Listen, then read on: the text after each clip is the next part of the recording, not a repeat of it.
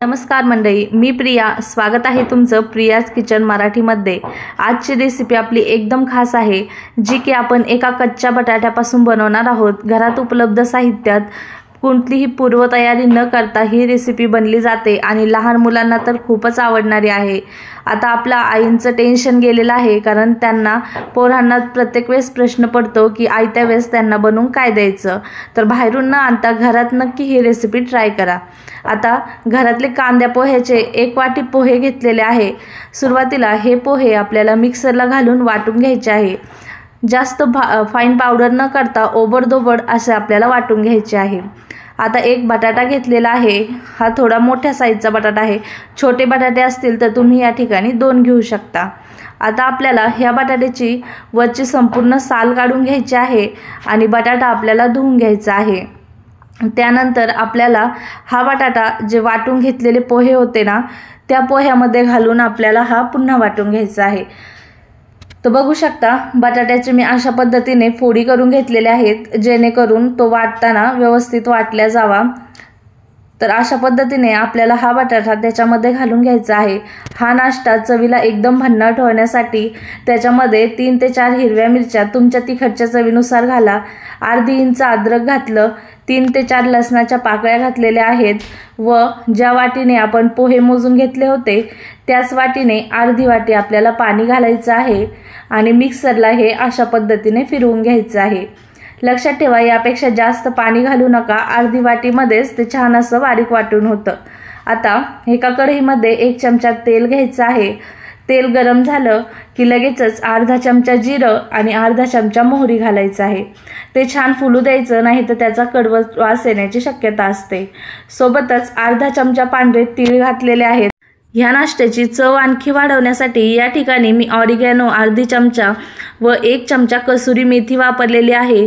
जर तुम्हाला ही वापरायची नसेल तर त्या जागी तुम्ही कोथिंबीर वापरू शकता किंवा कुठल्याही भाज्या जर तुम्हाला घालायच्या असेल तर त्याही घालू शकता. चवीप्रमाणे मीठ घातलं. संपूर्ण एकजीव करून घेतलेला आहे आणि आपल्याला याला उकळी आणून घ्यायची आहे. हे बघा, हा नाश्ता हा 1 चमचा तेलामध्ये सुद्धा बनवून होतो, त्यामुळे हा पौष्टिक आहे. मुलं खाण्यासाठी कंटाळा करतात, अशा वेळेस तुम्ही त्यांना हा नाश्ता बनवून देऊ शकता. आता वाटून घेतलेलं संपूर्ण मिश्रण उकळी आल्यानंतर पाण्यात घालायचं. गॅसची आच फुल करायची आणि एकदम झटकीपट आपल्याला हे संपूर्ण मिश्रण ह्याच्यामध्ये एकजीव करायचं आहे. आपण ह्याच्यामध्ये पूर्ण 1.5 वाटी पाणी वापरलेलं आहे. वाटण्यासाठी अर्धी वाटी व ह्या वेळेस 1 वाटी अशा पद्धतीने, यापेक्षा जास्त पाण्याची गरज पडत नाही.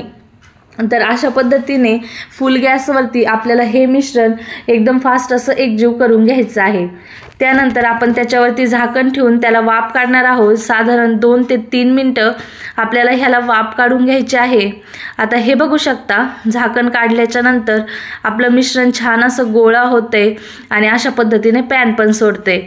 तर आता एका ताटाच्या वरच्या बाजूला मी अशा पद्धतीने तेल लावून घेतलेलं आहे. शक्यतो ताटाच्या पाठीमागूनच अशा पद्धतीने लावा, जेणेकरून हे थापण्यासाठी आपल्याला सोपं पडतं. आता एखाद्या स्पॅच्युलाच्या, चमच्याच्या किंवा एखाद्या वाटीला अशा पद्धतीने पाठीमागून तेल लावून आपल्याला हे मिश्रण थापून घ्यायचं आहे. जास्त जाड किंवा जास्त पातळ अशा पद्धतीचं आपल्याला थापायचं नाहीये, मीडियम आपल्याला थापून घ्यायचं आहे. तर हे बघा, अशा पद्धतीचा मी याला आकार देऊन घेतलेला आहे. तुम्हाला हव्या त्या आकारात तुम्ही कापू शकता, गोल, चौकोनी, त्रिकोणी, जेणेकरून मुलांना हे दिसायला थोडंसं वेगळं दिसलं की ते खातातही पटकन. तर अशा पद्धतीने मी याला चिरा पाडून घेतलेल्या आहेत व त्रिकोणी आकारामध्ये हा नाश्ता कापून घेतलेला आहे. दिसण्यासाठी थोडासा आकार वेगळा असल्यामुळे मुले हे लवकर खातात. आता तुम्हाला जर आवडत असेल तर तुमच्या आवडीप्रमाणे तुम्ही याच्यामध्ये भरपूर साऱ्या भाज्याही मिक्स करू शकता, कारण ते उकडून तयार होणार आहे, तर त्यामुळे ते खाण्यासही पौष्टिक बनतं. आता हे तुम्ही असेही खाऊ शकता किंवा याला फोडणी देऊन खाऊ शकता किंवा ह्याला नंतर तळूनही खाऊ शकता. आता हे मिश्रण गरम असतानाच थापून घ्यायचं आहे. त्यानंतर थंड झाल्याच्या नंतर आपल्याला त्याच्या वड्या पाडून घ्यायच्या आहे. लक्षात ठेवा, मिश्रण गरम आहे तोपर्यंत थापून घ्यायचं आणि वड्या मात्र थंड झाल्यानंतरच पाडायच्या। तर आता कढईमध्ये मी 1 ते 2 चमचे तेल घातलेलं आहे। तेल छान गरम झालं की लगेचच त्याच्यावरती ह्या आपण पाडून घेतलेल्या वड्या ठेवून घ्यायच्या आहेत व आपल्याला आलटून पलटून दोन्हीही साईडने खरपूस होईपर्यंत भाजून घ्यायचे आहे। साधारण 2 ते 3 मिनिटांमध्ये हा आपला नाश्ता मस्त असा कुरकुरीत बनून तयार होतो।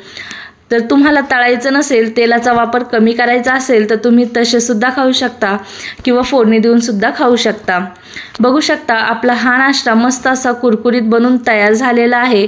हे बघा, दिसायलाच किती मस्त दिसतोय, म्हणजे मुलं खातानाही पटकन हे खाऊन टाकतात व संपूर्ण पौष्टिक गोष्टी आपसुकच त्यांच्या पोटामध्ये जातात। तर बघू शकता अशा पद्धतीने एक बॅच तळून घेतली व राहिलेले स्नॅक दुसऱ्या वेळेस पण आपण तळून घेऊया। आपला आयत्या वेळेस बनणारा एकदम बाजारपेक्षा पण भारी असा नाश्ता बनून तयार झालेला आहे। तर ह्या सुट्ट्यांच्या वेळेस हा तुमच्या मुलांना बनवून नक्की द्या, त्यांनाही नक्कीच आवडेल व बाहेरच्या ज्या पौष्टिक गोष्टी नाहीत ते खाण्यासाठी ते हट्टही करणार नाही, जेणेकरून आपण त्यांना घरात अशा गोष्टी देणार आहोत। चला तर भेटूया पुन्हा एकदा अशाच एका नवीन व्हिडिओ बरोबर। तोपर्यंत तुम्ही मला नक्की कमेंट करून सांगा हा नाश्ता तुम्हाला कसा वाटला ते।